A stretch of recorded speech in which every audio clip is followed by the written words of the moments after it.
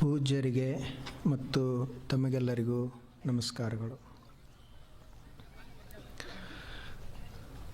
ಭಾರತ ದೇಶ ಜ್ಞಾನಿಗಳ ದೇಶ. ನಾವೆಲ್ಲರೂ ಜ್ಞಾನವನ್ನು ಆರಾಧಿಸುವಂಥವರು. ಜಗತ್ತಿನಲ್ಲಿ ಎಲ್ಲ ದೇಶಗಳಲ್ಲಿ ಇನ್ನೂ ಕತ್ತಲೆ ಇರುವಾಗ ನಮ್ಮ ಈ ಭಾರತ ದೇಶದಲ್ಲಿ ಜ್ಞಾನ ಸೂರ್ಯ ಉದಿಸಿದ್ದ.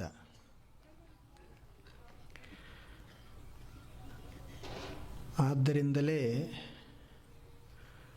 ಭಾರತೀಯರು ಜ್ಞಾನವನ್ನು ಜಗತ್ತಿಗೆ ಕೊಟ್ಟವರು ಮತ್ತು ಕೊಡುತ್ತಿರುವವರು. ಎಷ್ಟು ಜನ ಋಷಿ ಮುನಿಗಳು, ಸಾಧು ಸಂತರು, ಅನುಭಾವಿಗಳು ಎಲ್ಲ ಕಾಲಕ್ಕೂ ಆಗಿ ಹೋದರು. ಋಷಿ ಮುನಿಗಳ ನಂತರ ಬುದ್ಧ, ಮಹಾವೀರರು ಬಂದರು. ಅವರು ಸಹಿತ ತಮ್ಮ ಜೀವನದ ತುಂಬ ಎಲ್ಲ ಜ್ಞಾನವನ್ನು ಹರಿವಿದರು. ಅವರ ನಂತರ ಶಂಕರಾಚಾರ್ಯರು, ರಾಮಾನುಜಾಚಾರ್ಯರು, ಮಧ್ವಾಚಾರ್ಯರಂಥ ಶ್ರೇಷ್ಠ ಆಚಾರ್ಯರು ಬಂದರು. ಲಕ್ಷಾಂತರ ಸಾವಿರಾರು ಎಲ್ಲ ಜನರಿಗೆ ಜ್ಞಾನವನ್ನು ತುಂಬಿದರು, ಭಕ್ತಿಯನ್ನು ಕಲಿಸಿದರು. ಆ ಬಳಿಕ ಬಸವಣ್ಣವರು, ಅಲ್ಲಮ್ಮ ಪ್ರಭುದೇವರು, ಸಿದ್ದರಾಮೇಶ್ವರರು, ಅಕ್ಕ ಮಹಾದೇವಿ ಅಂತ ನೂರಾರು ಜನ ಶರಣರು ಬಂದರು. ದಾಸರು, ದಾರ್ಶನಿಕರು, ಸಂತ ಮಹಂತರು ಎಷ್ಟು ಜನ ಎಲ್ಲರೂ ಬಂದರು. ಅವರೆಲ್ಲ ಭಾರತದ ಜ್ಞಾನವನ್ನು ಹೆಚ್ಚಿಸುವಂಥ ಕೆಲಸವನ್ನು ಮಾಡಿದರು. ಈಗಲೂ ಸಹಿತ ಈ ಆಧುನಿಕ ಕಾಲದಲ್ಲಿಯೂ ಸಹಿತ ಭಾರತ ಜ್ಞಾನದಲ್ಲಿ ಏನು ಕಡಿಮಿಲ್ಲ. ಹೊರಗೇನೋ ಸ್ವಲ್ಪ ಭೌತಿಕವಾಗಿ ನಾವು ಬಡವರಂಗ ಕಾಣ್ತಿರಬಹುದು, ಆದರೆ ಜ್ಞಾನದಲ್ಲಿ ಮಾತ್ರ ಭಾರತೀಯರು ಜಗತ್ತಿನಲ್ಲೇ ಶ್ರೇಷ್ಠರದಾರ. ಈಗಲೂ ಸಹಿತ ಜಗತ್ತಿಗೆ ಮಾರ್ಗದರ್ಶನ ಮಾಡುವಂಥ ಸಾಮರ್ಥ್ಯ ಭಾರತೀಯರಲ್ಲಿ ಅದ. ಆದ್ದರಿಂದ ಭಾರತೀಯರು ಜ್ಞಾನವನ್ನು ಪ್ರೀತಿಸುವವರು. ಆ ಜ್ಞಾನ ನಮ್ಮ ಮನುಷ್ಯ ಜೀವನಕ್ಕೆ ಬಹಳ ಅವಶ್ಯಕ. 12ನೇ ಶತಮಾನದಲ್ಲಿ ಒಬ್ಬರು ಶರಣರಾಗಿ ಹೋದರು. ಅವರ ಹೆಸರು ಜೇಡರ ದಾಸಿಮಾರ್ಯರು. ಅವರು ಹೇಳ್ತಾರೆ, ದೇವರಿಗೆ ಕೇಳ್ಕೊಳ್ತಾರೆ. ಅವರು ನನಗೇನು ಕೊಡು ಅಂತ ಕೇಳ್ಕೊಂಡ್ರು ಅಂದ್ರೆ, ನೋಡ್ರಿ ಅವ್ರದ್ದು ಎಂಥದ್ದಿರಬೇಕು. ಅವರು ನೇಯುವಂಥ ಕೆಲಸ ಮಾಡುವವರು, ಬಟ್ಟೆ ನೇಯುವವರು.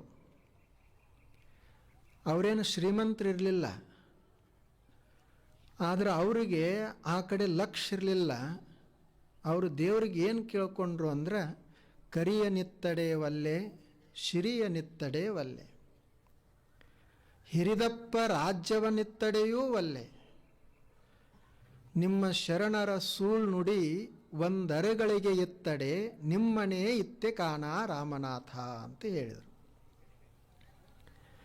ನನಗೆ ಆನೆ ಕೊಟ್ಟರು ಬೇಡ, ಅಂಬಾರಿ ಇದ್ದರೂ ಬೇಡ, ನೀನು ರಾಜ್ಯವನ್ನು ಕೊಡ್ತನಂದ್ರೂ ಬೇಡ. ನನಗೆ ಏನು ಕೊಡು ಅಂತಂದರೆ ಶರಣರದ ಒಂದು ಸೂಳ್ ನುಡಿಯನ್ನು ಕೊಡುವ. ನೋಡ್ರಿ, ಆ ಒಂದು ಸೂಳ್ ನುಡಿ, ಒಂದು ವಚನ, ಒಂದು ಮಾತು ಎಷ್ಟು ಮಹತ್ವದದ. ಒಂದು ರಾಜ್ಯ ಒಂದು ಕಡೆ, ಒಂದು ಮಾತ ಒಂದು ಕಡೆ.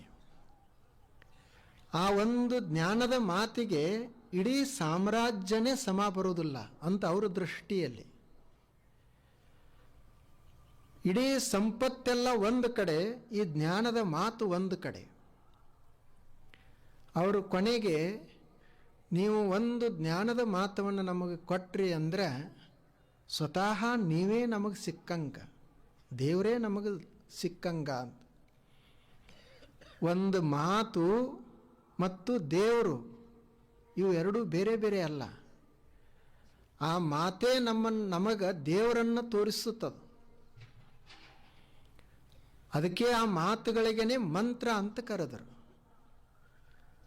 ಮಹಾರಾಷ್ಟ್ರದಲ್ಲಿ ಅವುಗಳಿಗೆ ಅಭಂಗ ಅಂತ ಕರೆದರು. ಅವು ಭಂಗ ಇಲ್ಲ, ಅವುಗಳಲ್ಲಿ ಕೊರತೆ ಇಲ್ಲ. ಉಳಿದ ಎಲ್ಲ ವಸ್ತುಗಳು ಭಂಗ ಆಗಿ ಹೋಗ್ತಾವೆ, ಆದರೆ ಆ ಮಾತುಗಳು ಅಭಂಗ. ಅವು ಮನುಷ್ಯನ ಮನಸ್ಸನ್ನು ಬೆಳಗಿಸುವಂಥ ಕಾರ್ಯವನ್ನು ಮಾಡ್ತಾವೆ. ನೋಡ್ರಿ, ಈಗೊಂದು ಸಣ್ಣ ದೀಪ ಎಷ್ಟು ದೊಡ್ಡ ಕೆಲಸ ಮಾಡ್ತದೆ. ಎಷ್ಟು ವರ್ಷದ ಕತ್ಲಿ ತುಂಬಿರಲಿ,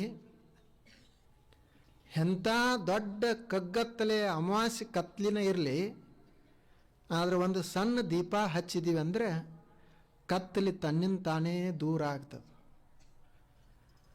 ಕತ್ಲಿಯನ್ನು ಕಳಿಬೇಕಂತ ಹೇಳಿ ಏನು ಪ್ರಯತ್ನ ಮಾಡಿದ್ರೂ ಏನು ಕತ್ಲಿ ಹೋಗುವುದಿಲ್ಲ.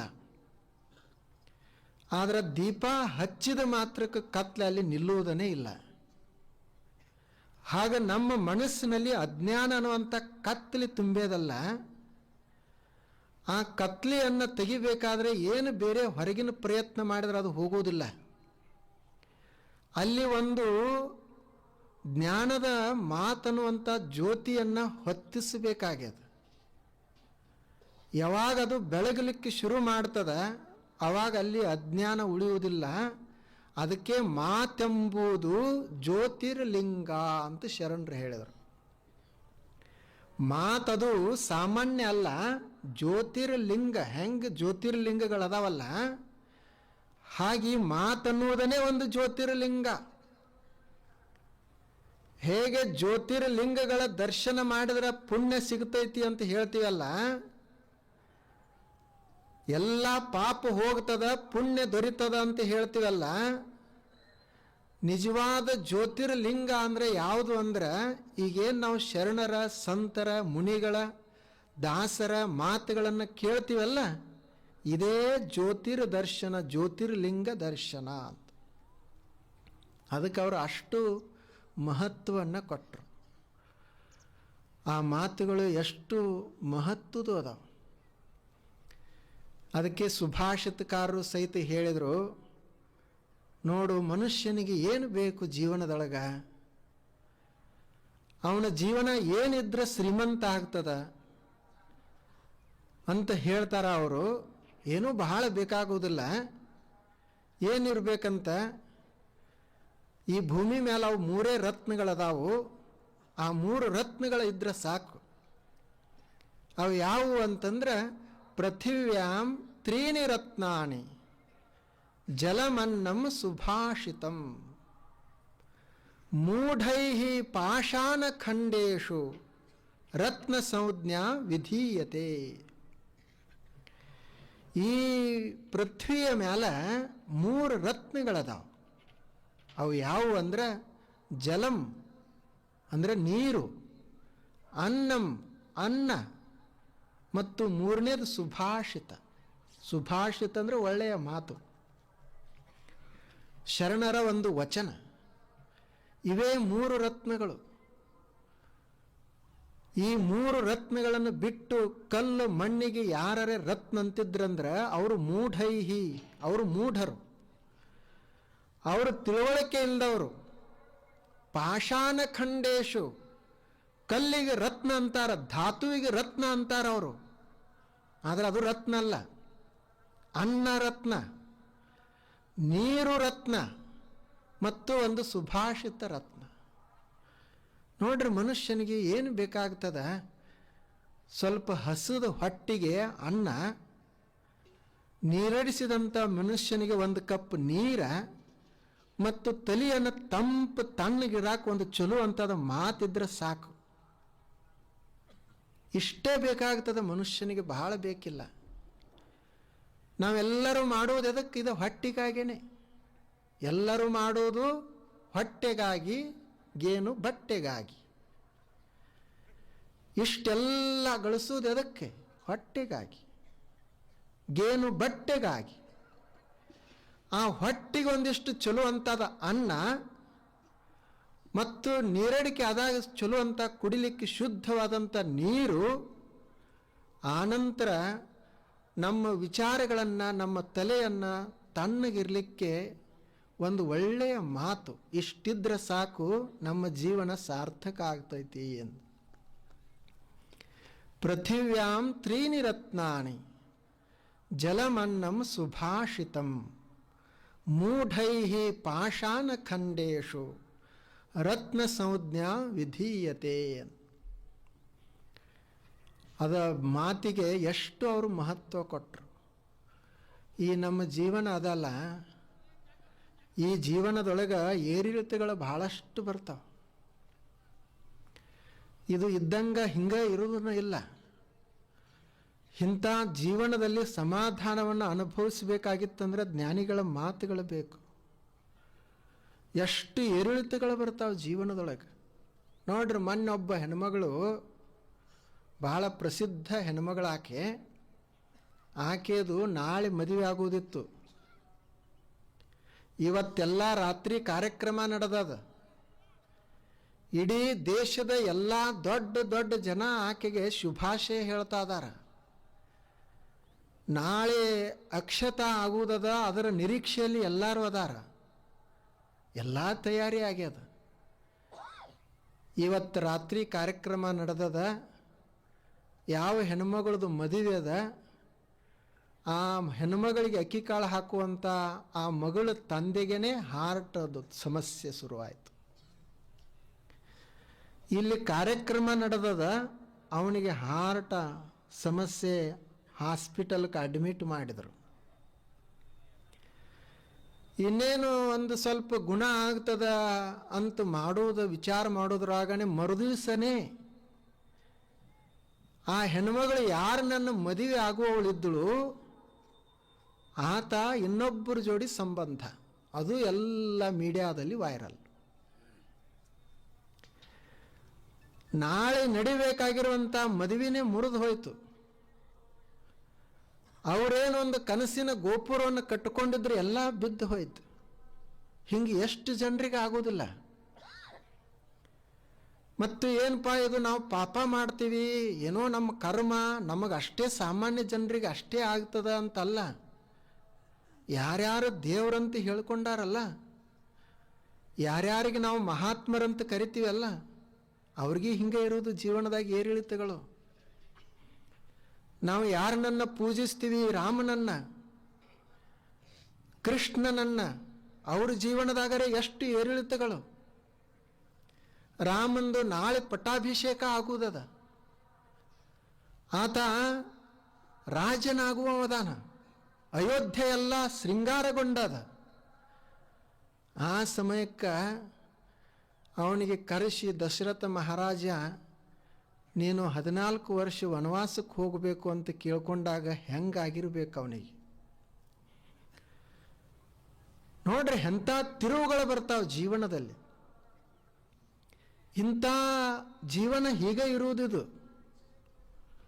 ನಾವೇನು ಇಟ್ಕೊಂಡಿವಿ, ನಾವು ಗಳಿಸಿರುವಂಥ ಸಂಪತ್ತ ಹಿಂಗೇ ಇರಬೇಕು, ನಾವು ಪಡೆದಿರುವಂಥ ಗೌರವ ಯಾವಾಗಲೂ ಹಾಗೇ ಇರಬೇಕು. ಹಂಗಿಲ್ಲ ಅದು. ಈಗ ಹೆಂಗೆ ದೇಹಕ್ಕೆ ಬಾಲ್ಯ ಅದ, ಯೌವನ ಅದ ಮತ್ತು ತಾರುಣ್ಯ ಆಬಳಕ್ಕೆ ವೃದ್ಧಾಪ್ಯ ಒಂದು ದಿವಸ ನಾಶ, ಹೆಂಗದ ಅಲ್ಲ, ಹಂಗೆ ನಾವು ಗಳಿಸಿರುವಂಥ ಸಂಪತ್ತಿಗೂ ಬಾಲ್ಯ ಅದ, ಯೌವನ ಅದ, ಅದಕ್ಕೂ ಮುಪ್ಪು ಬರ್ತದ, ಒಂದು ದಿವಸ ನಾಶ ಆಗ್ತದೆ. ಹೇಗೆ ನಾವು ಗಳಿಸಿರುವಂಥ ಅಧಿಕಾರ, ಹೆಂಗೆ ನಮಗೆ ಹೆಂಗೆ ಬಾಲ್ಯ ಅದ, ನಾವು ಗಳಿಸಿರುವಂಥ ಅಧಿಕಾರಕ್ಕೂ ಬಾಲ್ಯ ಅದ, ತಾರುಣ್ಯ ಅದ, ಯೌವನಾವಸ್ಥೆಗೆ ಬರ್ತದೆ, ವೃದ್ಧಾಪ್ಯ ಅದಕ್ಕೂ ಮುಪ್ಪು ಬರ್ತದೆ, ಒಂದು ದಿವಸ ಮರೆಯಾಗಿ ಹೋಗ್ತದೆ. ಎಲ್ಲದಕ್ಕೂ ಇದೇ ಅವಸ್ಥೆಗಳಿರುವುದು. ಬರೀ ನಮ್ಮ ದೇಹಕ್ಕಷ್ಟೇ ಅಲ್ಲ. ಮತ್ತು ಪ್ರಕೃತಿಯಲ್ಲಿನೂ ಹೆಂಗದ ನೋಡ್ರಿ, ಪ್ರಕೃತಿ ಅದು 3 ಕಾಲಗಳನ್ನು ಇಟ್ಟದ. ಈಗ ಚಳಿಗಾಲ ಅದ, ಬೇಸಿಗೆ ಕಾಲ ಬರ್ತದ, ಮಳೆಗಾಲ ಅದ. ಬರೀ ಚಳಿಗಿನ ಇರುವುದಿಲ್ಲ, ಬರೀ ಬಿಸಿಲೇ ಇರುವುದಿಲ್ಲ, ಮತ್ತು ಬರೀ ಮಳೆನ ಇರುವುದಿಲ್ಲ. ಹಂಗೆ ನಮ್ಮ ಜೀವನದೊಳಗೂ ಇವೇ ಪ್ರಕೃತಿವೇ ಇರ್ತಾವೆ ಕೆಲಸ. ನಾವು ಪ್ರಕೃತಿಯಲ್ಲೇ ಮಧ್ಯದಾಗನೇ ಇರುವುದಲ್ಲ.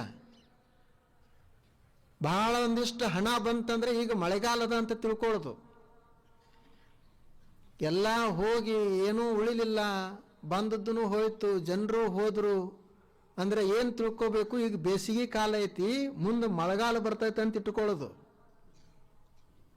ಆ ಬಳಿಕ ಚಳಿಗಾಲದಾಗ ಸ್ವಲ್ಪ ಇರ್ತದ, ಸ್ವಲ್ಪ ಹೋಗಿರ್ತದ. ಇವು 3 ಕಾಲಗಳು ಇರುವುದೇನೆ. ಇಂಥ ಜೀವನದಲ್ಲಿ ನಾವು ಚೆಂದಾಗಿ ಇರಬೇಕಾಗಿತ್ತಂದ್ರೆ ನಾವು ಒಳ್ಳೆಯವರ ಮಾತುಗಳನ್ನು ಸ್ವಲ್ಪ ತಲೆಯೊಳಗೆ ಇಟ್ಕೊಳ್ಬೇಕಾಗ್ತದೆ. ಮನುಷ್ಯ ಕೇಳ್ತಾನೆ, ನಾವು ಯಾಕೆ ಸೋಲ್ತೀವಿ ಅಂತ, ಯಾಕೆ ನಮಗೆ ಹಾನಿ ಆಗ್ತದ.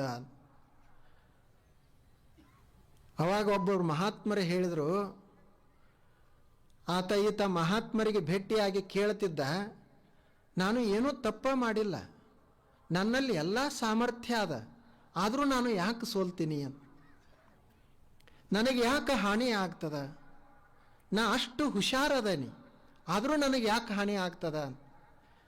ಅವಾಗ ಅವರು ಮಹಾತ್ಮರು ಹೇಳಿದರು, ನೋಡು, ಈ ಜೀವನ ಅದಲ್ಲ, ಇದೊಂದು ಆಟ ಇದ್ದಂಗೆ.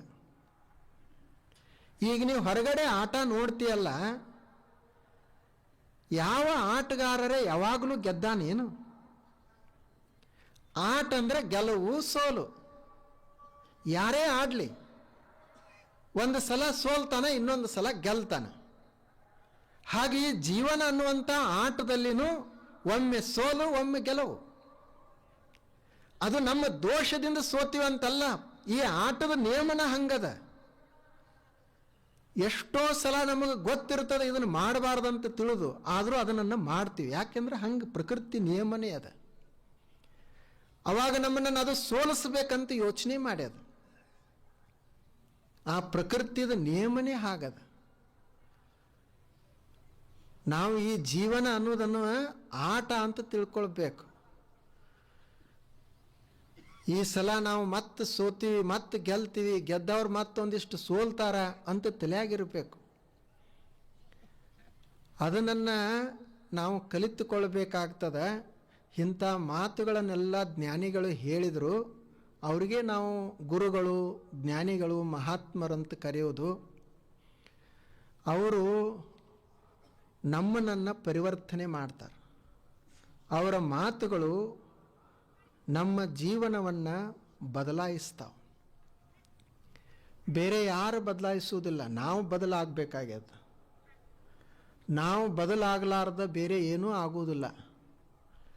ಈಗ ನೀವು ಯಾರ ಹತ್ತಿರ ಕೇಳಕ್ಕೆ ಹೋಗ್ತೀರಿ, ಮನೆಯೊಳಗೆ ಮಕ್ಕಳು ದೊಡ್ಡವಾಗಿರ್ತಾವ, ಮದುವೆ ಆಗ್ತಿರೋದಿಲ್ಲ, ಮಕ್ಕಳು ಬಹಳ ಕಲ್ತಿರ್ತಾರ, ನೌಕರಿ ಆಗೋದಿಲ್ಲ, ಏನೋ ವ್ಯಾಪಾರ ಮಾಡ್ತೀವಿ, ವ್ಯಾಪಾರದಾಗ ಬರೀ ನುಕ್ಸಾನನೇ ಆಗ್ತಿರ್ತದ. ಹೀಗಾದಾಗ ಶಾಣ್ಯಾರ ಹತ್ತಿರ ಕೇಳಲಿಕ್ಕೆ ಹೋಗೋಣಂತ ಹೋಗ್ತಾರ. ಅವ್ರು ಏನು ಹೇಳ್ತಾರ, ನೋಡಪ್ಪ, ನಿನಗೀಗ ಗುರು ಬಲ ಇಲ್ಲ, ಈಗ ಸ್ವಲ್ಪ ಶನಿ ಕಾಡಾಟ ಐತಿ ಅಂತ ಹೇಳ್ತಾರೆ. ಅವಾಗ ನೀವು ಏನು ಕೇಳ್ತೀರಿ, ಆಯ್ತು ರೀ, ನಮಗೀಗ ಗುರು ಬಲ ಇಲ್ಲ, ಶನಿ ಕಾಡಾಟ ಐತಿ, ಮತ್ತು ಅದಕ್ಕೆ ಏನು ಮಾಡಬೇಕು? ಶನಿ ಕಾಡಾಟ ಐತಿ ಅಂದರೆ ಏನು ಶನಿ ಹತ್ತಿರ ಹೋಗು, ನನಗೆ ಅದಕ್ಕೆ ಕಾಡಾಕತ್ತಿದೆ ಅಂತ ಕೇಳಾಕ? ಗುರು ಬಲ ಇಲ್ಲ ಅಂದರೆ ಗುರುವಿನ ಹತ್ತಿರ ಹೋಗೋದದೇನು, ಯಾಕಪ್ಪ ನನಗೆ ನೀ ಬಲ ಕೊಡ್ತಾ ಇಲ್ಲ ಅಂಥೇಳಿ? ಅವರೇ ಕಾಡಾಟ ಹೇಳೋರು ಏನಂತಾರ, ನೋಡು, ಜಪ ಮಾಡು, ಸ್ವಲ್ಪ ದಿವಸ ಶಾಂತ ಇರು, ಸ್ವಲ್ಪ ದಿವಸ ಯಾರಿಗೂ ಏನೂ ಅನ್ನಕ್ಕೆ ಹೋಗಬೇಡ, ಹಿಂಗೆ ತೀರ್ಥ ಕ್ಷೇತ್ರಕ್ಕೆ ಹೋಗಿ ಬಾ, ಆ ಬಳಿಕ ಸ್ವಲ್ಪ ದಿನದಾಗ ಚಲೋ ಆಗ್ತೈತಿ ಅಂತಾರೆ. ಅಂದರೆ ಏನಾಯ್ತ ಇದರ ಅರ್ಥ? ಜಪ ಮಾಡೋದು ಯಾರು? ನಾವೇ ಮಾಡಬೇಕಲ್ಲ. ಸುಧಾರಣೆ ಯಾರಲ್ಲಿ ಆಯಿತು? ಗುರುನಲ್ಲಿ ಆಗಲಿಲ್ಲ, ನಮ್ಮಲ್ಲಿ ಸುಧಾರಣೆ ಆಯ್ತಲ್ಲ. ಶನಿಯಲ್ಲಿ ನಾವು ಏನು ಶನಿಗೇನು ಮಾಡಲಿಲ್ಲ, ನಾವು ಬದಲು ಮಾಡ್ಕೊಂಡಿವಿ. ಮಾತಾಡೋದು ಕಡಿಮೆ ಮಾಡಿದೀವಿ, ಬಹಳ ಚಿಂತೆ ಮಾಡೋದು ಕಡಿಮೆ ಮಾಡಿದೀವಿ, ತಣ್ಣಗೆ ಶಾಂತ ಉಳಿದೀವಿ, ದೇವಸ್ಥಾನಕ್ಕೆ ಹೋದೀವಿ, ಮಂತ್ರ ಮಾಡಿದೀವಿ, ಜಪ ಮಾಡಿದೀವಿ. ಯಾರಿಗೆ ಮಾಡಿದ್ವಿ? ನಮಗೆ ಮಾಡ್ಕೊಂಡಿವಿ. ಅಂದರೆ ಇದು ಏನು ತೋರಿಸ್ತಂದ್ರೆ, you will change, world will be change. ನೀವು ಬದಲಾದ್ರಿ ಅಂದ್ರೆ ಜಗತ್ತು ಬದಲಾಗ್ತದ. ನಾವು ಬದಲಾದೀವಿ ಅಂದ್ರೆ ಜಗತ್ತು ಬದಲಾಗ್ತದ. ನಮ್ಮನ್ನು ಬದಲು ಮಾಡುವಂಥ ಕೆಲಸ ಜ್ಞಾನಿಗಳು ಅವರ ಮಾತುಗಳು ಮಾಡ್ತಾವೆ. ನಾವು ಸುಮ್ಮನೆ ಹೊರಗೆ ಹುಡ್ಕಾಡ್ಕೊಂತ ಹೋಗ್ತೀವಿ, ಎಲ್ಲೋ ಸಮಸ್ಯೆ ಅಲ್ಲಿ ಐತಿ, ನಮಗೆ ಸುಖ ಅಲ್ಲಿ ಸಿಗ್ತದ ಅಂತ ಹೇಳಿ ನಾವು ಹುಡ್ಕಾಡ್ತಾ ಹೋಗ್ತೀವಿ. ಅದು ಒಂದು ಕಸ್ತೂರಿ ಮೃಗ, ಕವಿಯ ಒಂದು ಕಲ್ಪನೆ ಅದ, ಹೆಂಗೆ ಕಾಮಧೇನು ಅಂತದಲ್ಲ ಹಂಗೊಂದು ಕಸ್ತೂರಿ ಮೃಗ. ಕಸ್ತೂರಿ ಭಾಳ ಸುವಾಸಿತ ಇರ್ತದ. ಅದು ಹೀಗ ಕಸ್ತೂರಿ ಮೃಗ ಹೊಂಟಿತು ಅಂದರೆ ಎಲ್ಲ ಕಡೆ ವಾಸನೆ ಬರ್ತದ. ಅವಾಗ ಈ ಕಸ್ತೂರಿ ಮೃಗ ವಾಸನೆ ಎಲ್ಲಿಂದ ಬರ್ತದ ಆ ಕಡೆ ಹೋಗ್ಲಿಕ್ಕೆ ಶುರು ಮಾಡ್ತದ. ಆ ಕಡೆ ಹೋಗ್ತದ, ಅಲ್ಲಿಯೂ ವಾಸನೆ, ಈ ಕಡೆ ಹೋಗ್ತದ, ಅಲ್ಲಿಯೂ ವಾಸನೆ. ಎಲ್ಲರೇ ಐತಿ ನೋಡ್ಬೇಕಂತ ಹೊರಡ್ತದ, ಹುಡುಕಾಡ್ತದ, ವಾಸನೆಯ ಸ್ಥಳನ ಅದಕ್ಕೆ ಸಿಗುವುದಿಲ್ಲ. ಅವಾಗ ಅದು ಏನಪ್ಪ ಇದು ಎಲ್ಲಿಂದರೆ ಬರ್ತದಂತ ಯೋಚಿಸ್ತದ. ಅದು ಎಲ್ಲಿಂದ ಬರ್ತಿರ್ತದ ಅಂದ್ರೆ ಬೇರೆ ಹೊರಗಿನಿಂದ ಬರೋದಿಲ್ಲ. ಕಸ್ತೂರಿ ಆ ಮೃಗದ ನಾಭಿಯಿಂದ ಹೊಕ್ಕಳದಿಂದನೇ ಬರ್ತಿರ್ತದ. ಅದಕ್ಕೆ ಕಸ್ತೂರಿ ಮೃಗ ಅಂತ ಕರೀತಾರೆ. ಹೊರಗಿಲ್ಲ, ಅದು ಸುವಾಸನೆ ಹೊರಗಡೆ ಇಲ್ಲ, ಕಸ್ತೂರಿ ಹೊರಗಡೆ ಇಲ್ಲ, ನಮ್ಮ ಒಳಗಡೆನೇ ಅದ. ಹೇಗ ಆ ಜಿಂಕೆ ಮೃಗದಲ್ಲಿ ನಾಭಿಯಲ್ಲೇನೆ ಕಸ್ತೂರಿ ಅದ, ಹಾಗೆ ನೆಮ್ಮದಿ ಅನ್ನೋದು, ಶಾಂತಿ ಅನ್ನೋದು ಹೊರಗಡೆ ಇಲ್ಲ, ನಮ್ಮ ಒಳಗಡೆನೇ ಅದ. ಸುಮ್ಮನೆ ನಾವು ಹೊರಗಡೆ ಹುಡುಕಾಡ್ತಾ ಇದೆ. ನಾವು ಬದಲಾಗಬೇಕು, ನಮ್ಮಲ್ಲೇ ನಾವು ಹುಡುಕಾಡಬೇಕು. ಮತ್ತು ಏನದ ಅಂತಂದರೆ, ಏನರೇ ನಮಗೆ ತೊಂದರೆ ಆಯಿತು, ಹಾಳಾದೀವಿ ಅಂದರೆ ಬೇರೆಯವರ ನಮ್ಮನ್ನು ಹಾಳು ಮಾಡ್ತಾರಂತ ನಾವು ತಲೆ ಹಾಕ್ಕೊಳ್ಬಾರ್ದು. ಬೇರೆ ಅವರು ಮಾಡೋದಿಲ್ಲ. ಅದು ಕಟ್ಟಿಗೆಗೆ ಕಾವು ಮೂಲ ಅಂತ ಹೇಳ್ತಾರೆ. ಈಗಿನ ಕಟ್ಟಿಗೆ ಕಡಿಯೋರೆಲ್ಲರೂ ಮಷೀನ್ಲೆ ಕಟ್ಟಿಗೆ ಕಡಿತಾರೆ. ಆದರೆ ಅವಾಗ ಒಂದು ಗಿಡ ಕಡಿಬೇಕಾದ್ರೆ ಎದರಿಂದ ಕಡಿತಿದ್ರು? ಕೊಡ್ಲಿಲ್ಲ ಕಡಿತಾರೆ. ಆ ಕೊಡ್ಲೇನು ಒಂದು ಮುಂದೆ ಇರ್ತದಲ್ಲ, ಅದರಲ್ಲಿ ಒಂದರಲ್ಲೇನೋ ಕಡಿಯೋದಿಲ್ಲ. ಆ ಕೊಡ್ಲಿಗೆ ಒಂದು ಕಾವು ಹಾಕಿರ್ತಾರೆ. ಆ ಕಾವ ಇತ್ತಂದ್ರೇ ಅದು ಗಿಡ ಕಡ್ಲಿಕ್ಕೆ ಬರ್ತದೆ. ಅದಕ್ಕೆ ಏನು ಹೇಳಿದ್ರು ಅವರು, ಕಟ್ಟಿಗೆಗೆ ಕೊಡ್ಲಿ ಮೂಲ, ಕಾವು ಮೂಲ. ಹಂಗ ನನ್ನಲ್ಲೇನೆ ದೋಷಗಳಿದ್ದು ಅಂದ್ರೆ ಆ ದೋಷಗಳೇ ನನ್ನನ್ನೇ ಕೊಲ್ತಾವ. ನಮ್ಮವರನ್ನೇ ಅವ್ರ ಕಡೆ ಸೇರಿದ್ರಂದ್ರೆ ನಮ್ಮನ್ನು ನಾಶ ಮಾಡ್ತಾರೆ. ಹೆಂಗದ ಅಲ್ಲ, ಹಂಗೆ ನಮ್ಮಲ್ಲೇ ದೋಷಗಳಿದ್ದು ಅಂದರೆ ನಾವು ನಾಶ ಆಗ್ತೀವಿ. ಬೇರೆಯವರು ಯಾರು ನಮಗೆ ಕಾರಣ ಆಗೋದಿಲ್ಲ. ನಮ್ಮದು ಆರೋಗ್ಯ ಚಲೋ ಇತ್ತು ಅಂತಂದರೆ ನೋಡ್ರಿ, ಎಷ್ಟು ನೀರು ಕುಡಿದ್ರೂ ಏನೂ ಆಗೋದಿಲ್ಲ. ನಮ್ಮದ ತಾಕತ್ತೆಲ್ಲ ಹೋಯ್ತು ಅಂತಂದ್ರೆ ಒಂದು ಗುಟಕ್ಕೆ ನೀರು ಕುಡಿದ್ರಾಗನೇ ಕೊನೆ ಗುಟಕ್ಕೆ ಅದೇ ಮುಗೀತು. ಇನ್ನು ಹೊಂಟಾನ ಒಂದು ಗುಟಕ್ಕೆ ನೀರು ಹಾಕ್ರಿ ಅಂತ ಹೇಳಿ ಆ ನೀರು ಹಾಕಿ ಕಳಿಸ್ಬಿಡ್ತಾರೆ, ಮುಗೀತು. ಮೊದಲೆಲ್ಲ ಗುಡ್ಡ ಹತ್ತತೀನಿ ತಾಕತ್ತಿದ್ದಾಗ ಇದೇನು ಬೆಟ್ಟ ಅಂತ ಎಲ್ಲ ಹತ್ತತಾನ ಮನುಷ್ಯ. ಆದರೆ ಒಂದು ದಿವಸ ಎಲ್ಲ ತಾಕತ್ತು ಹೋಗಿತ್ತಂದ್ರೆ ಒಂದು ಸಣ್ಣ ಕಲ್ಲಿಗೆ ಎಡವಿ ಬಿದ್ದು ಮುಗೀತು. ಒಂದು ಸಣ್ಣದ ಕಲ್ಲ. ಮೊದಲು ಅವನು ಚಲೋ ಇದ್ದಾಗ ಗುಡ್ಡ ಹತ್ಯಾನ, ಈಗ ಒಂದು ಸಣ್ಣದೊಂದು ಕಲ್ಲು ಅವನನ್ನು ಕೆಡವಿ ಮುಗಿಸ್ತದ. ಮೊದಲು ಮೈಯಾಗ ತಾಕತ್ತಿರುವಾಗ ನೋಡ್ಬೇಕೆಲ್ಲ ಕಬ್ಬಿನಾದ ಈಗ ಮಡಿಚಿ ಬಿಡ್ತಾನೆ, ಅಷ್ಟು ತಾಕತ್ತ. ಆದರೆ ಏನು ಮಾಡೋದು, ತಾನೇ ಅಶಕ್ತ ಆದ ಅಂದರೆ ಒಂದು ಸಣ್ಣದೊಂದು ಪಿನ್ ಚುಚ್ಚಿತಂದ್ರೆ, ಚಪ್ಪಲ್ದೊಂದು ಗುಂಡಿ ಚುಚ್ಚಿತಂದ್ರೆ ಇನ್ಫೆಕ್ಷನ್ ಆಗ್ತದೆ. ಅವಾಗ ಬಟ್ಟು ತೆಗೆದು ಕಾಲು ತೆಗೆದು ಅಂತ ಹೇಳಿ ಮಾಡ್ತಾರೆ. ನಮ್ಮಲ್ಲೇ ದೋಷಗಳು ಬಂದು ಅಂತಂದ್ರೆ ಅದು ಎಲ್ಲ ಪ್ರಭಾವ ಬೀರ್ತದೆ. ಆದ್ದರಿಂದ ನಮ್ಮನ್ನು ನಾವು ಸುಧಾರಿಸಿಕೊಳ್ಳುವುದು. ನಾವೆಲ್ಲ ಅಂತಿರ್ತೀವಲ್ಲ, ನಮಗೆ ಭಾಳ ಜನ ಕಾಡವ್ರದಾರಂತ. ಯಾರೂ ಕಾಡವ್ರಿಲ್ಲ. ಮತ್ತು ಒಂದು ಗಟ್ಟಿಟ್ಕೊಳ್ಬೇಕು, ನಾವು ಚಲೋ ಇದ್ವಿ ಅಂದರೆ ಆ ಕಾಡವ್ರದ್ದು ಏನೂ ನಡೆಯುವುದನೇ ಇಲ್ಲ. ಒಂದು ಸಲ ಕತ್ಲಿ ಮತ್ತು ಬೆಳಕಿಗೆ ಜಗಳ ಹತ್ತಿತ್ತು. ಆ ಕತ್ಲಿ ಹೇಳ್ತಿತ್ತು, ನೋಡು ನಿನಗೆ ಹೆಂಗೆ ಮಾಡ್ತೀನಿ ಅಂತಂತಿತ್ತು ಬೆಳಕಿಗೆ. ಇದು ಬೆಳಕು ನನ್ನ ಸಮೀಪರೇ ಬಂದರೆ ಬಾ ಅಂತಿತ್ತು. ಇದು ಕತ್ಲಿ ಬೆಳಕದ ಸಮೀಪ ಹೋಗಾಕ ಪ್ರಯತ್ನ ಮಾಡ್ತಿತ್ತು. ಸಮೀಪ ಹೋದಂಗೆ ತಾನೇ ಮರೆಯಾಗಿ ಹೋಗ್ತಿತ್ತು. ಹಾಗ ಒಳ್ಳೆಯವರಿಗೆ ಕೆಟ್ಟವರು ಎಷ್ಟೋ ದೊಡ್ಡವರಿರಲಿ, ನಾವು ಚಲೋ ಇದ್ವಿ ಅಂದರೆ ನಮ್ಮ ಸಮೀಪ ಅವ್ರು ಬಂದ್ರಂದ್ರೆ ಅವರ ಮರೆಯಾಗಿ ಹೋಗ್ಬೇಕು. ನಮಗೇನಾಗುವುದಿಲ್ಲ. ನಾವು ಸುಧಾರಣೆ ಆಗಬೇಕು. ಹೊರಗಿಂದೆಲ್ಲ ಇರಲಿ ಅದು. ಈಗ ನೋಡ್ರಿ, ರೈತರು ಬೆಳೆಯನ್ನು ಬೆಳೀತಾರವರು. ನಮ್ಮ ರೈತರೆಲ್ಲ ಅವರು ತತ್ವಜ್ಞಾನಿಗಳೇ. ಅವರು ಬಹಳ ಅದ್ಭುತ ತತ್ವಜ್ಞಾನ ಕಲ್ತಿರ್ತಾರೆ. ಅವ್ರಿಗೇನು ಶಾಸ್ತ್ರ ಗೊತ್ತಿರೋದಿಲ್ಲ, ಆದರೆ ಅದ್ರ ಜೋಡಿ ತತ್ವಜ್ಞಾನ ಇರ್ತದೆ. ಅವ್ರು ಅಂತಿರ್ತಾರೆ ನೋಡ್ರಿ, ಬೆಳೆಯುವುದಷ್ಟ ನಮ್ಮ ಕೈಯಾಗ, ರೇಟ್ ನಮ್ಮ ಕೈಯಾಗಿಲ್ಲ ಅಂತ. ಲಿಂಬೆ ಹಣ್ಣು ಬೆಳೆಯೋದಾಯ್ತು, ರೇಟ್ ಯಾರ ಕೈಯಾಗ? ತೊಗರಿ ಬೆಳೆದೀವಿ, ರೇಟ್ ಯಾರ ಕೈಯಾಗ ಅಂತಾರೆ. ಅದನ್ನೇ ಗೀತೆಯಲ್ಲಿ ಏನು ಹೇಳ್ಯಾರ? ಕರ್ಮನ್ನೇ ವಾಧಿಕಾರಸ್ತೆ ಮಾ ಫಲೇಶು ಕದಾಚನ. ನಮ್ಮದು ಕರ್ತವ್ಯ ಕರ್ಮ ಮಾಡೋದಷ್ಟೇ, ಫಲ ನಮ್ಮ ಕೈಯೊಳಗಿಲ್ಲ. ನಾವು ಒಕ್ಕಲ್ತನ ಮಾಡೋದು, ಅದರಿಂದ ಲಾಭ ಎಷ್ಟು ಬರ್ತದೆ ಅದು ನಮ್ಮ ಕೈಯೊಳಗಿಲ್ಲ. ವ್ಯಾಪಾರ ಮಾಡೋದು, ಎಷ್ಟು ಲಾಭ ಆಗ್ತದೆ ನಮ್ಮ ಕೈಯೊಳಗಿಲ್ಲ. ಅದು ಜಗತ್ತಿನ ಮೇಲೆ ನಿರ್ಧಾರ ಅದ. ರೇಟ್ ಏನು ನಾವು ನಿರ್ಧಾರ ಮಾಡ್ತೀವೇನು? ಹಾಗೆ ನಮ್ಮ ಜೀವನದಲ್ಲಿನೂ ನಾವು ಚೆಂದಾಗಿ ಬದುಕಲಿಕ್ಕೆ ಪ್ರಯತ್ನ ಮಾಡೋದು, ಹೊರಗೆ ಹೆಂಗಿರ್ತದೆ ಅದು ನಮ್ಮ ಕೈಯೊಳಗಿಲ್ಲ. ನಾವು ಚಲೋ ಆಗಿರೋದು, ಹೊರಗಿಂದ ಸ್ವಲ್ಪ ನಿಸರ್ಗ ಅದು ಹಾಗೇ ಇರ್ತದೆ. ಅದು ಎಲ್ಲರ ಮೇಲೆ ಅವಲಂಬನೆ ಆಗಿರ್ತದೆ. ಇದು ಗೊತ್ತಿತ್ತಂದ್ರೆ ಮನುಷ್ಯನಿಗೆ ಆತ ನಿಶ್ಚಿಂತ ಇರ್ತಾನೆ.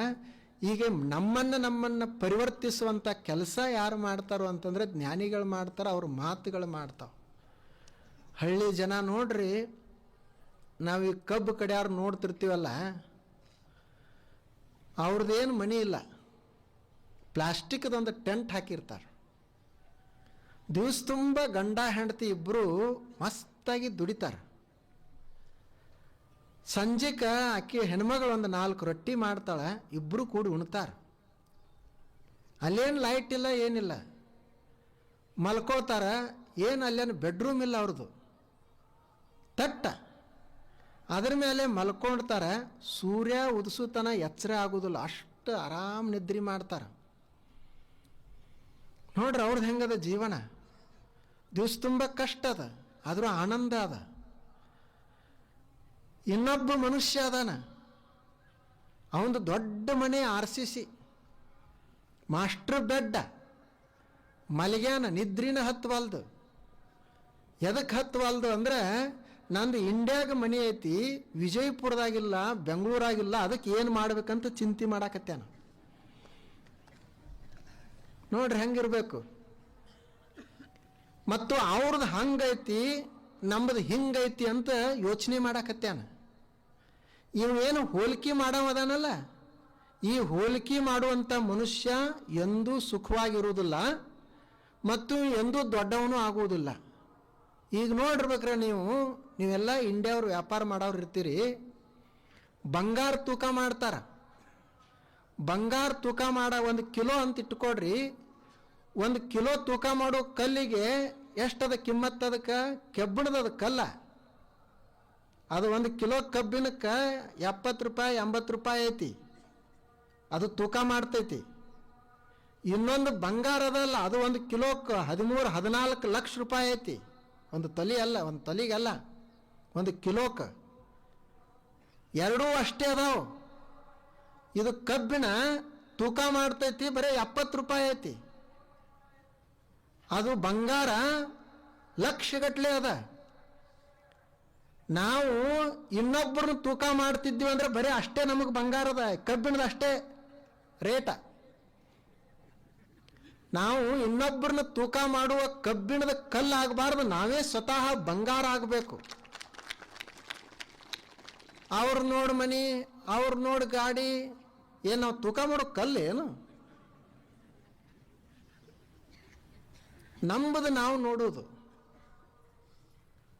ಇದು ಬರಬೇಕಾದ್ರೆ ಮನುಷ್ಯನಲ್ಲಿ ಜ್ಞಾನ ಸ್ವಲ್ಪ ಬರಬೇಕಾಗ್ತದ. ಗುರುಗಳು ಅದನ್ನು ಕಲಿಸ್ತಾರೆ. ಇವತ್ತು ಒಬ್ಬರು ಜಾಗೃತ ಗುರುಗಳು, ಜಾಗೃತ ಅಂದ್ರೆ ಪ್ರತ್ಯಕ್ಷ ಗುರುಗಳ ಅವಶ್ಯಕತೆ ಬಹಳ ಅದ. ನಾವೆಲ್ಲ ಈಗ ಶಹರದವರು ಗೂಗಲ್ ಗುರು ನೋಡ್ತೀವಿ. ಗೂಗಲ್ ಗುರು ಎಲ್ಲ ಕೇಳೋದು ಗೂಗಲ್ಕನೇ ಕೇಳೋದು, ಅದೇ ಅದು ಗೂಗಲ್ ಗುರು ಆಗ್ಯದ. ಆದರೆ ಗೂಗಲ ಗುರು ಆಗೋದಿಲ್ಲ ಅದು ಎಂದೂ.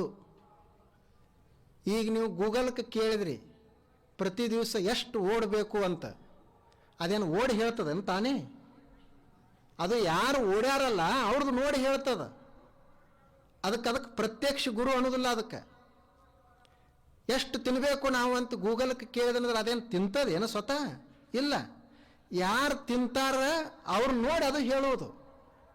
ಮತ್ತು ನಾವು ಸ್ವತಃ ಪ್ರತ್ಯಕ್ಷ ಇರುವಂಥ ಗುರುಗಳನ್ನ ನೋಡಿದ್ರೆ ಮುಗಿತಲ್ಲ, ಗೂಗಲ್ಗೆ ಕೇಳೋ ಅವಶ್ಯಕತೆ ಏನೈತಿ? ಪ್ರತ್ಯಕ್ಷ ಒಬ್ಬರು ಗುರುಗಳು ಬೇಕು. ಅವ್ರು ಏನು ಮಾಡ್ತಾರಂತಂದ್ರೆ ನಮ್ಮಲ್ಲಿರುವಂಥ ದೋಷಗಳನ್ನು ತೆಗಿತಾರೆ.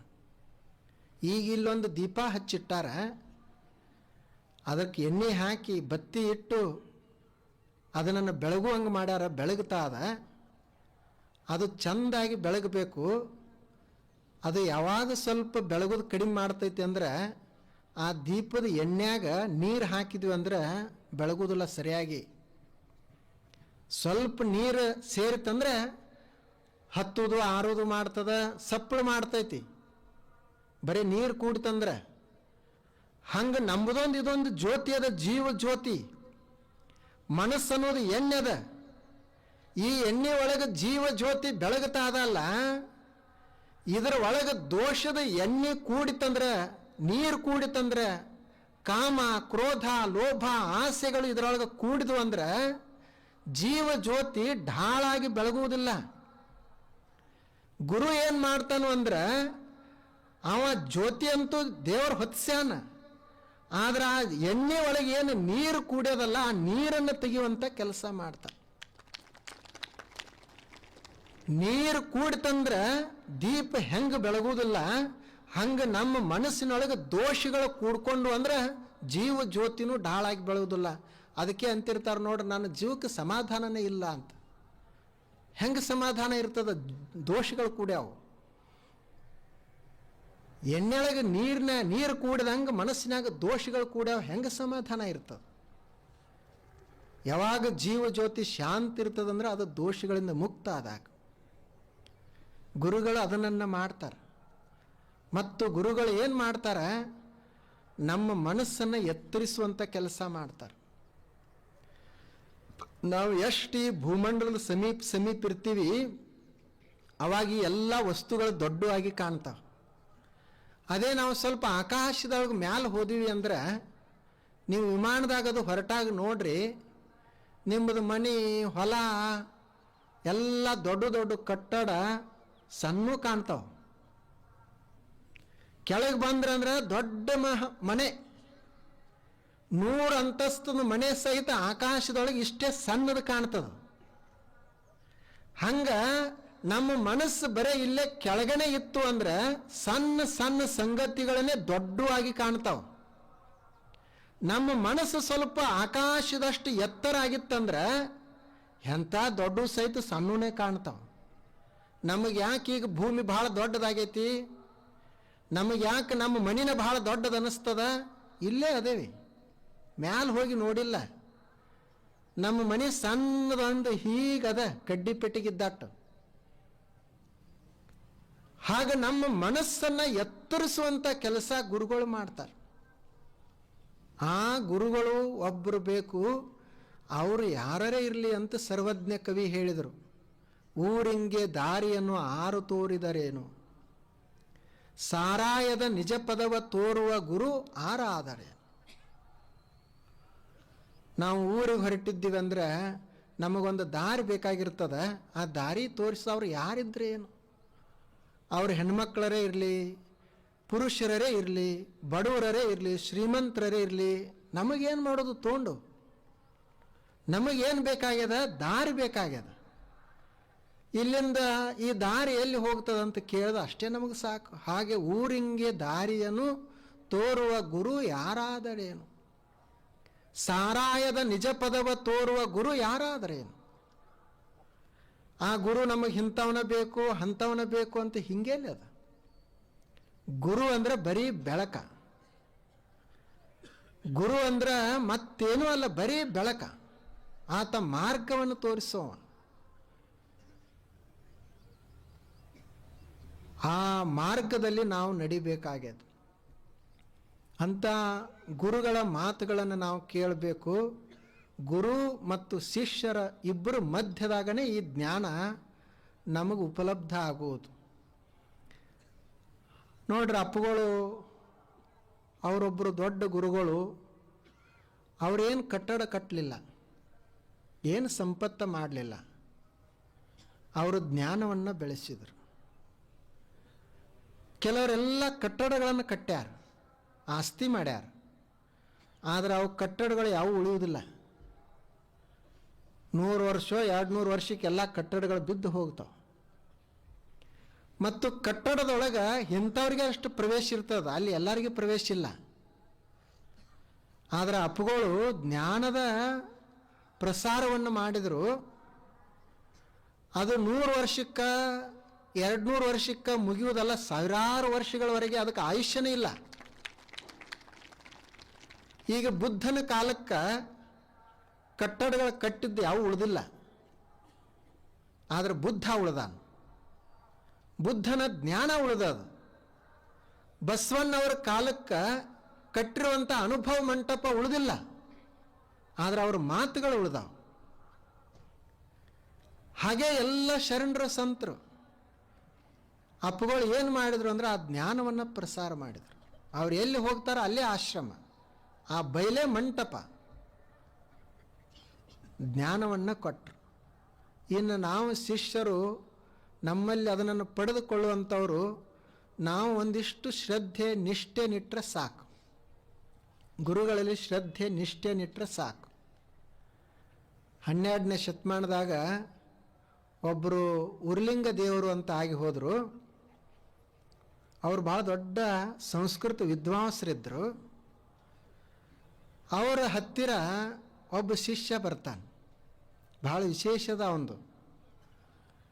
ಅವನ ಶಿಷ್ಯ ಯಾರು ಅಂದ್ರೆ ಆ ಊರಾಗ ಕಳ್ಳತನ ಮಾಡವ, ಕಳ್ಳ. ಎಲ್ಲರ ಮನೆಗಳಿಗೆ ಕಣ್ಣ ಹಾಕ್ತಿರ್ತಾನೆ, ದರೋಡೆ ಮಾಡುವಂಥವ. ಇವ್ರದ್ದು ಊರಾಗ ಒಂದು ದೊಡ್ಡ ಮಠ. ಇನ್ನು ಶ್ರೀಮಂತರ ಮನೆಗೆ ಕಳ್ಳತನ ಮಾಡೋಕ್ಕಿಂತ ಗುರುಗಳದನೇ ಮಠ ಕಳ್ಳತನ ಮಾಡ್ಬೇಕಂತ ಬಂದ. ರಾತ್ರಿ 12 ಗಂಟೆಗೆ ಬಂದ. ಅವಾಗ ಎಲ್ಲ ಜನ ಶಾಂತವಾಗಿ ಮಲ್ಕೊಂಡಿದ್ರು. ಇವ ಮಠದ ಮ್ಯಾಲೆ ಹತ್ತಿ ನೋಡ್ತಾನೆ, ಬೆಳಕಿಂಡಿಂದ ಒಳಗೆ ನೋಡ್ದ. ಒಳಗೆಲ್ಲ ಬೆಳಕದ, ದೀಪ ಹಚ್ಚಿಟ್ಟಾರ. ಆ ಸಮಯಕ್ಕೆ ಗುರುಗಳು ಲಿಂಗ ಯೋಗ ಮಾಡ್ತಿದ್ರು, ಲಿಂಗ ಯೋಗ ಸಾಧನೆ ಮಾಡ್ತಿದ್ರು. ಅವರು ಮೈತುಂಬ ವಿಭೂತಿಯನ್ನು ಹಚ್ಚಿಕೊಂಡು ಕೈಯೊಳಗೆ ಲಿಂಗವನ್ನು ಇಟ್ಟುಕೊಂಡು ಎದುರುಗಡೆ ಒಬ್ಬ ಶಿಷ್ಯ ಕುಳ್ತಾನ. ಅವರು ಲಿಂಗ ಸಾಧನೆಯನ್ನು ಮಾಡ್ತಿದ್ರು. ಇವ ಬೆಳಕಿಂಡಿಯಿಂದ ನೋಡಿದ ಕಳ್ಳ. ಅವನಿಗೆ ಊರಾಗೆಲ್ಲರೂ ಪೆದ್ದಿ ಅಂತ ಕರಿತಿದ್ರು, ಪೆದ್ದ ಅಂತ ಕರಿತಿದ್ರು. ಅವನಿಗೆ ಅನಿಸ್ತು, ರಾತ್ರಿ ಈ ಸಮಯದಾಗಿ ಇವರು ಇಂಥ ಸಾಧನೆ ಮಾಡ್ತಾರಂದ್ರೆ ಏನ್ರಿ ಇದ್ರಾಗ ವಿಶೇಷತೆ ಇರಬೇಕು, ನಾನು ಇದನ್ನು ಮಾಡಬೇಕು.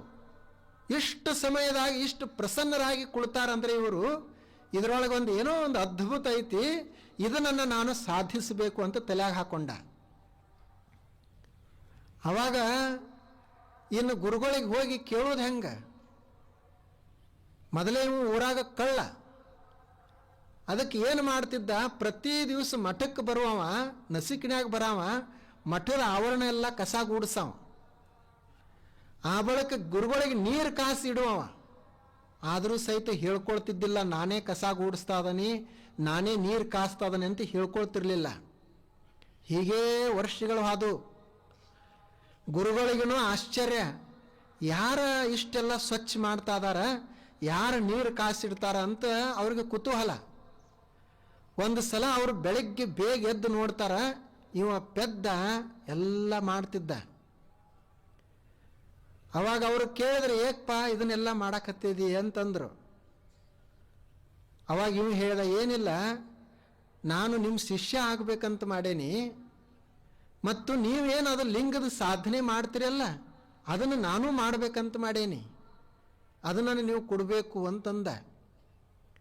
ಅವ್ರ ಗುರುಗಳು, ಅದು ಅಷ್ಟು ಸುಲಭವಾಗಿ ಸಿಗೋದಿಲ್ಲ, ನೀವು ಸೇವಾ ಮಾಡ್ಕೊತಿರು, ನೋಡೋಣ ಮುಂದೆ ಅಂದ್ರು. ಇವ ಹಂಗೆ ಮಾಡವ. ಮಧ್ಯದಾಗ ಅವಾಗೊಮ್ಮೆ ಇವಾಗೊಮ್ಮೆ ಯಾವಾಗ ಕೊಡ್ತೀರಿ ಅಂತ ಕೇಳವ. ಮುಂದೆ ನೋಡೋನು ಅಂತ ಹೇಳವ್ರು ಇವರು. ಹೀಗೆ ಅನೇಕ ವರ್ಷಗಳು ಹೋದ ನಂತರ ಅವನಿಗೆ ತಡ್ಕೊಳ್ಳೋದಾಗಲಿಲ್ಲ. ಒಂದು ದಿವಸ ಗುರುಗಳು ಕೂತಿದ್ರು, ಬಂದ. ಅವಾಗ ಹೇಳ್ದ, ಎಂದರೆ ಕೊಡ್ತೀರಿ ಹೇಳ್ರಿ, 1 ವರ್ಷರ ಅಂತ ಹೇಳ್ರಿ, 2 ವರ್ಷರ ಅಂತ ಹೇಳ್ರಿ, ಬರೀ ಮುಂದೆ ನೋಡೋನು ಎಷ್ಟು ದಿವಸ ಇದು? ಅವಾಗ ಅವ್ರ ಗುರುಗಳು, ಇವ ಪೆದ್ದದಾನ, ಇವನಿಗೆ ಏನು ಗೊತ್ತಾಗ್ತದ, ಕೊಡ್ತನ್ ತೋ ಅಂತ ಹೇಳಿ ಅಲ್ಲೇ ಒಂದು ಕಲ್ಲು ಬಿದ್ದಿತ್ತು. ಆ ಕಲ್ಲು ಅವನ ಕಡೆ ಕೊಟ್ಟು ಘೇ ದಗಡ ಜಾ ಅಂತಂದ್ರು. ಅವಾಗ ಅವ್ರು ನಾಂದೇಡ್ ಕಡೆ ಇದ್ದರು ಶರಣರು, ಅವ್ರಿಗೆ ಮರಾಠಿ ಬರ್ತಿತ್ತು. ಘೇ ದಗಡ ಜಾ ಅಂತಂದ್ರು. ಅವ ಪೆದ್ದ ಪಾಪ, ಅವನಿಗೇನು ಗೊತ್ತ? ಅವ ಇದ ಲಿಂಗ ಅಂತ ತಿಳ್ಕೊಂಡ ಕಲ್ಲ. ಮತ್ತು ಏನು ಘೇ ದಗಡ ಜಾ ಅಂತಂದ್ರಲ್ಲ, ಅದೇ ಮಂತ್ರ ಅಂತ ತಿಳ್ಕೊಂಡ. ಶಿವ ಎನ್ನುವ ಮಂತ್ರ ಅಲ್ಲ, ನಮೋ ನಾರಾಯಣ ಮಂತ್ರ ಅಲ್ಲ, ಒಂದು ಘೇ ದಗಡ ಜಾ ಇದೇ ಮಂತ್ರ, ಕಲ್ತುಗ ಹೋಗಂತಂದ್ರು. ಅದನ್ನೇ ಮಾಡುವವ ಸಾಧನೆ ಹಿಂಗೆ ಮಾಡಿದಂತ ಬರದಾರ ಅವರು. ಮುಂದೆ ಅವರು ಉರ್ಲಿಂಗ ದೇವರು ತಮ್ಮ ಮಠಕ್ಕೆ ಪೀಠಾಧಿಕಾರಿಯನ್ನಾಗಿ ಮಾಡಬೇಕಲ್ಲ, ಯಾರು ನನ್ನ ಪೀಠಾಧಿಕಾರಿ ಮಾಡಿದ್ರಂದ್ರೆ ಈ ಕಳ್ಳನನ್ನೇ ಮುಂದೆ ಪೀಠಾಧಿಕಾರಿ ಮಾಡಿದ್ರದ. ಅವರು ಗುರುಗಳು ದೊಡ್ಡ ಸಂಸ್ಕೃತ ವಿದ್ವಾಂಸರು, ಇವನು ಅಷ್ಟೇ ಸಾಧನೆಯನ್ನು ಸಾಧಿಸಿದ. ನೋಡ್ರ, ಒಂದು ನಿಷ್ಠಾ ಹೆಂಗಿರಬೇಕು. ಇದಕ್ಕೆ ಶ್ರದ್ಧಾ ನಿಷ್ಠಾ ಅಂತ ಕರೀತಾರೆ. ನಮಗೆ ಗುರುಗಳು ಯಾವುದರ ಒಂದು ಮಂತ್ರ ಕೊಟ್ರಂದ್ರೆ ಇದರಿಂದ ಆಗ್ತದೋ ಮತ್ತೊಂದು ಯಾವುದರಿಂದ ಆಗ್ತದೋ ಸಂಶೇಶ್ವರು. ಇವ್ರು ಇಂಥದ್ದು ಕೊಟ್ಟಾರ, ಮತ್ತೊಬ್ಬರ ಕಡೆ ಹೋಗೋನು, ಅವ್ರು ನೋಡೋನು ಎಂಥದ್ದು ಕೊಡ್ತಾರಂತ. ಇವರು ಸಾಧನೆ ಮಾಡೋರಲ್ಲ, ಗುರುಗಳನ್ನ ಪರೀಕ್ಷೆ ಮಾಡೋರು. ಅವನಿಗೆ ಪಾಪ ಏನೂ ಗೊತ್ತಿಲ್ಲ, ಘೇ ದಗಡ ಜಾ ಅಂತಂದ್ರು ಅದೇ ಮಂತ್ರ ಅಂತ ತಿಳ್ಕೊಂಡ. ಮಂತ್ರ ಬಹಳ ಮುಖ್ಯ ಅಲ್ಲ, ದೇವತೆ ನಾವು ಯಾವುದು ಪೂಜೆ ಮಾಡ್ತೀವಿ ಅದು ಬಹಳ ಮುಖ್ಯ ಅಲ್ಲ, ನಮ್ಮಲ್ಲಿ ಶ್ರದ್ಧೆ ಅದ ಇಲ್ಲ ಅನ್ನೋದು ಬಹಳ ಮುಖ್ಯ. ಶ್ರದ್ಧೆ ಇರಲಿಲ್ಲ, ನಿಷ್ಠಾ ಇರಲಿಲ್ಲ ಅಂದ್ರೆ ಓಂ ನಮಃ ಶಿವಾಯನು ಏನು ಕೆಲಸ ಮಾಡಂಗಿಲ್ಲ. ಮತ್ತು ಶಿವ ಅವರು ಏನು ಸಾಕ್ಷಾತ್ ದೇವರು ಬಂದ್ರು ಏನು ಕೆಲಸ ಮಾಡಂಗಿಲ್ಲ. ಶ್ರದ್ಧಾ ಇತ್ತಂದ್ರೆ ಇದೇ ಮಂತ್ರ. ನೋಡ್ರಿ, ಒಂದು ಘೇ ದಗಡ ಸಹ ಇದು ಮಂತ್ರ ಆಯ್ತು, ಅವನ ಮಂತ್ರ ಇದು.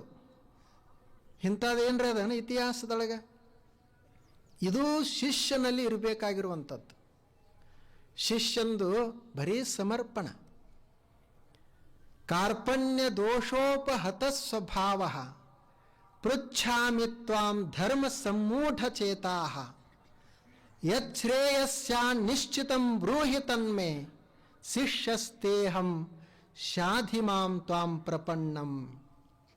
ಅರ್ಜುನ ಶ್ರೀಕೃಷ್ಣನಿಗೆ ಹೇಳ್ತಾರ, ನೀನು ನನ್ನನ್ನು ನಿಮ್ಮ ಶಿಷ್ಯ ಅಂತ ಸ್ವೀಕಾರ ಮಾಡ್ರಿ. ಶಿಷ್ಯಸ್ತೇಹಂ, ನಾನು ನಿಮ್ಮ ಶಿಷ್ಯ. ನನಗೆ ಈ ಪ್ರಪಂಚದೊಳಗೆ ಬಹಳಷ್ಟು ನೋವಾಗ್ಯದ. ಕಾರ್ಪಣ್ಯ ದೋಷೋಪಹತ ಸ್ವಭಾವ, ಬಹಳ ಖಿನ್ನನಾಗೇನಿ, ಹತಾಶನಾಗೇನಿ. ಈಗ ನೀವೇ ನನಗೆ ಶ್ರೇಯಸ್ಸನ್ನು ತೋರಿಸಬೇಕು, ನಿಮಗೆ ಗೊತ್ತದ ಯಾವುದು ಒಳ್ಳೆಯದು ಯಾವುದು ಕೆಟ್ಟದ್ದು ಅಂತ. ಆದ್ದರಿಂದ ನೀವು ನನ್ನನ್ನು ಶಿಷ್ಯನನ್ನಾಗಿ ಸ್ವೀಕರಿಸ್ರಿ ಅಂತ ಸಮರ್ಪಣನಾದ. ಅವಾಗ ಕೃಷ್ಣ ಎಲ್ಲ ಹೇಳಲಿಕ್ಕೆ ಶುರು ಮಾಡಿದ.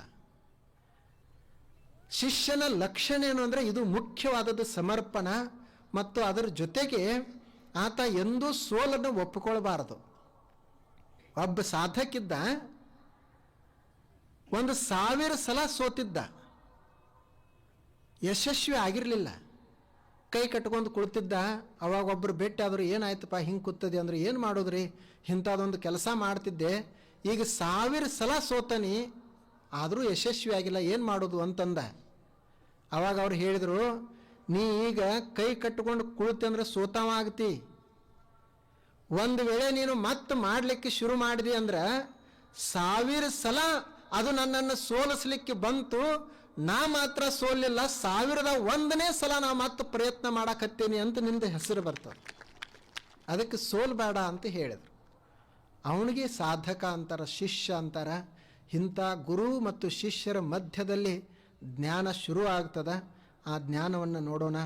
ಮತ್ತೆ ನಾಳೆ ಬನ್ನಿ. ನಮಸ್ಕಾರ.